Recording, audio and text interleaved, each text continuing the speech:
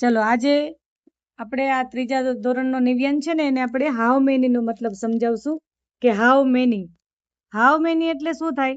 How many છે ને એ time બતાવવા માટે એટલે કે સમય બતાવવા માટે હાઉ મેની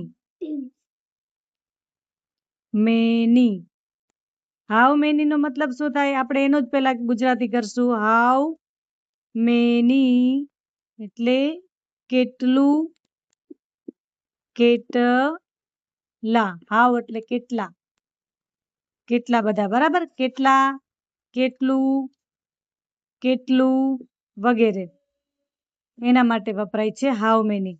તો હાઉ મેની ટાઈમ અહીંયા આપ્યું છે આપણને હાઉ મેની ટાઈમ્સ ડોગ એટલે હાઉ મેની ટાઈમ કેટલી વખત કૂતરાઓ કે અહીંયા શબ્દમાં જે આવ્યા છે પાઠમાં આ પાઠ આવ્યો છે ને ગ્રીડી પાઠ છે કે ગ્રીડી ડોગ તો કેટલી વખત ડોગ નામ આવ્યું છે હાઉ મેની ટાઈમ કેટલી વખત ટાઈમ અહીંયા ડોગ લખેલું આવ્યું છે વાર્તામાં એ તમારે અહીંયા લખવાનું છે કેટલી વખત.